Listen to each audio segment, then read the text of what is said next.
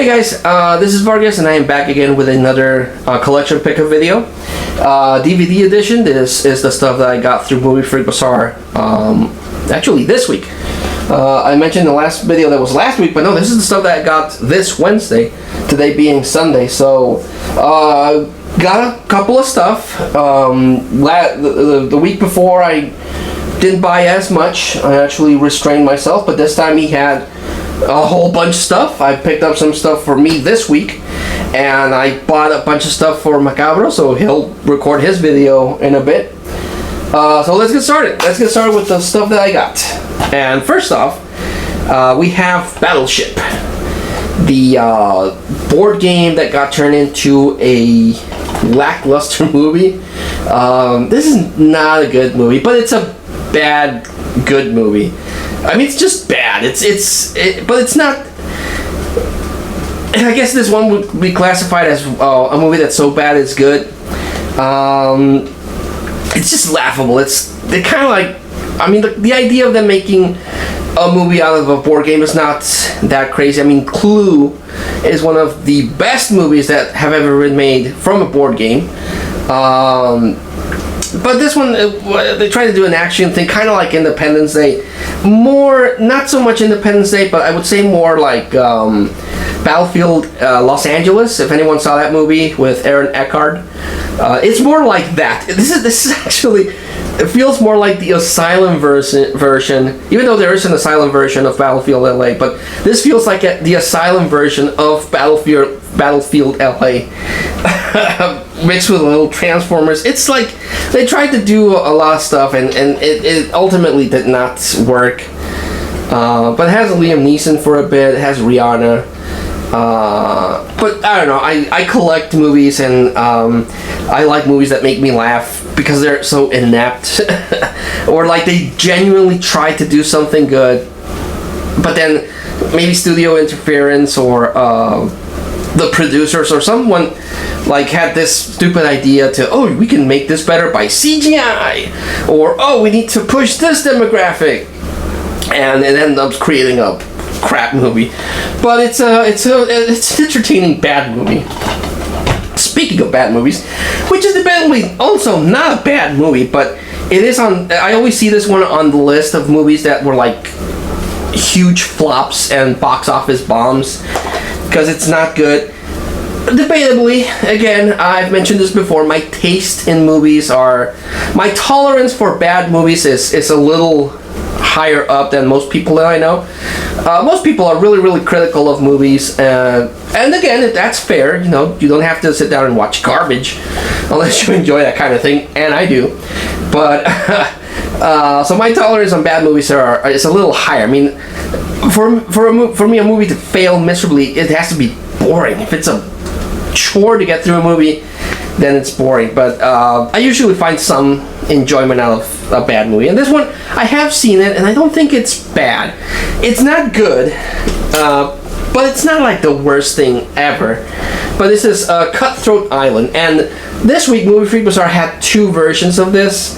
He had something that clearly looks like a more recent release, but this is the one that I wanted because this is the original poster for Cutthroat Island, and I really like this. This is something that you would see in like the Goonies, Indiana Jones, this kind of like painted poster style cover that you would see a lot on VHS and then DVD. So I really, really like this cover, so that's why I went with this one. I don't think it doesn't have any special features. Probably the other one doesn't, but the other one, I didn't like the cover. I wanted this cover. So Cutthroat Island, and a lot of lists of like the worst box office bombs, destroyed Gina Davis's career, which I don't think this is like led to that. The Long Kiss Goodnight is another one that I don't remember if it was before or after this one, but that one also is not that good. So I don't think this one hurt, but I think the Long Kiss Goodnight really, really messed up her career.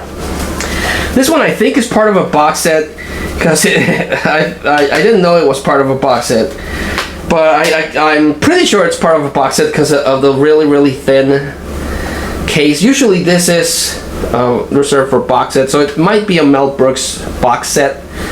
But it's Mel Brooks in silent movie. Mel Brooks, this came out in the 70s, and that's when Mel Brooks was, producing a lot and starring and directing a lot of really cool spoof movies. This is him doing spoof on the silent era, so definitely wanted to get this one. He had another one, but someone beat me to it. To be or not to be, I think, something like that. And I wanted that one because that one's like a spoof of the Nazis, I think. But I got this one, and I'm super happy I got that one. This was entirely on me because I didn't pay attention. I thought it was just he had 2 copies of the same movie, but it turns out that he had disc 1 and disc 2 in separate releases, and I was like, oh god damn it. So I'm hoping that I'll be able to get the disc 1 of this one this week, or next week, I'm sorry. But it's The Company, disc 2. This is what I didn't notice, because I just saw the cover and he had it 2 times, so I was like, well, maybe he got a duplicate, because he tends to do that. But no, this is disc 2, so now I have to track down disc 1. But it stars Chris O'Donnell, Alfred Molina, who was Dr. Octopus, and my favorite, Michael Keaton. And it's kind of like a CIA shadow ops kind of thing, so I really need to get disc 1. I sent him a quick text message. I hope he gets to read it and see if he can save me disc 1, because it's gonna be hard to find disc 1 for this one.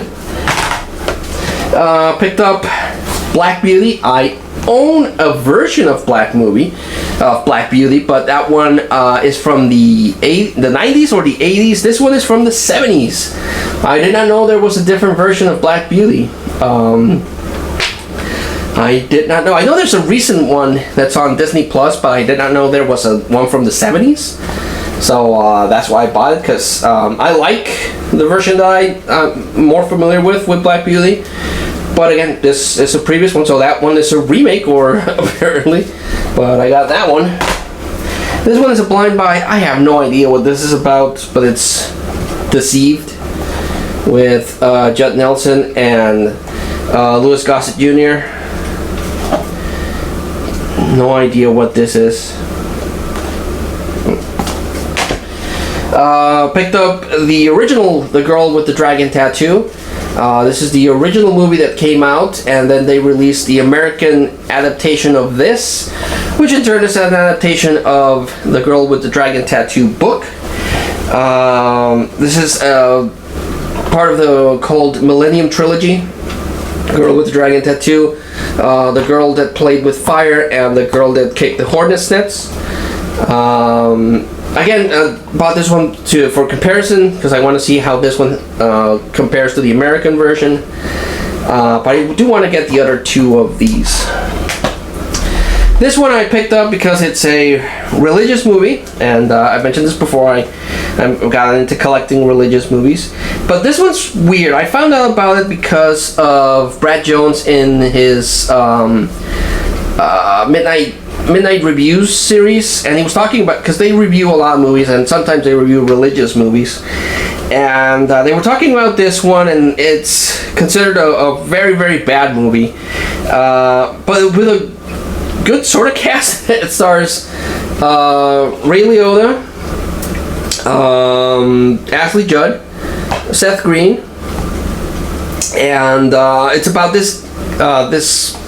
these twin brothers that get separated. One becomes a very famous musician, kind of like Elvis, and because that's his style, he looks like Elvis.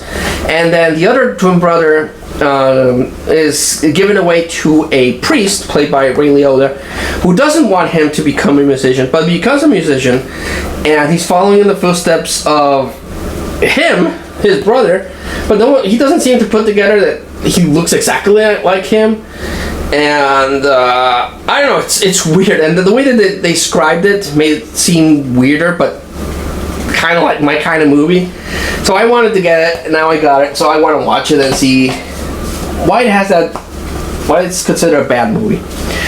This one, finally, glad to get this one. This is Clint Eastwood's Sudden Impact, part of the Dirty Harry collection. I'm still missing the Enforcer. The Enforcer is the other one I need for the Dirty Harry one, but I finally got Sudden Impact, so now I'm one movie closer to completing my Dirty Harry collection. Just need the Enforcer, which I thought I had, but I don't. Picked out for my daughter another Strawberry Shortcake DVD. This is Strawberry Shortcake Let's Dance. My daughter loves the Strawberry Shortcake cartoons, so whenever I come across a new DVD that we don't own, I pick it up for her. Picked up White Fang, the TV series. I love White Fang, the book. It's the very first, well, the very second book that I ever read. Because for a school project, I read a book, and it was a really short one. It's called El Principito, or The Little Prince. It's like this little thick, so I thought I was really, really young, and I needed to read it for a school project. But I liked that book, and then my dad was, well, if you like that one, you're gonna like White Fang, and I love White Fang.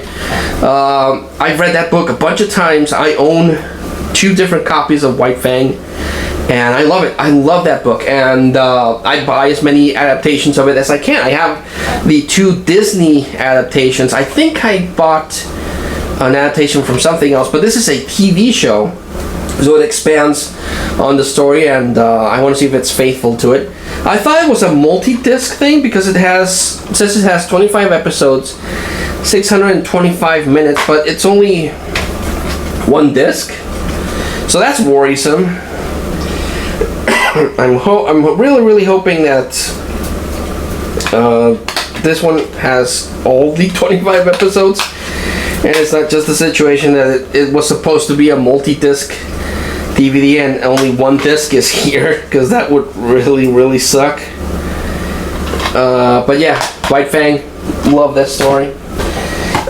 Picked up Blind Buy, Death Defying Acts. Have not seen this one, only that has something to do with Houdini, but it stars Guy Pearce and Catherine Zeta-Jones. So picked up because of that. And the last one I picked up, the Digimon movie. This is not a good movie because this is like they got different things and they put it together, because this was during the 4Kids era, and they just it looks disjointed, it feels disjointed, and it is because it is. They got like pieces from different like short OVAs, and then they just put them together and released this thing. So it feels disjointed. The editing's not that good, but it's Digimon, and I didn't have this one, so I picked it up. So yeah, that was this week's haul. I got a lot of stuff, but I also got that same week a lot of stuff for Macabro, so you'll see him record his video and on his channel, because it's 2 different channels now. Vargas Vault is my thing, and Professor Macabro is his own thing. So if you want horror stuff, subscribe to Professor Macabro. He does all the horror stuff for on his own. Like always, I like to recommend the standouts, and of the stuff that I have seen, I will definitely recommend Sudden Impact. This one is a good one, and The Girl with the Dragon Tattoo. Either this one or the American version.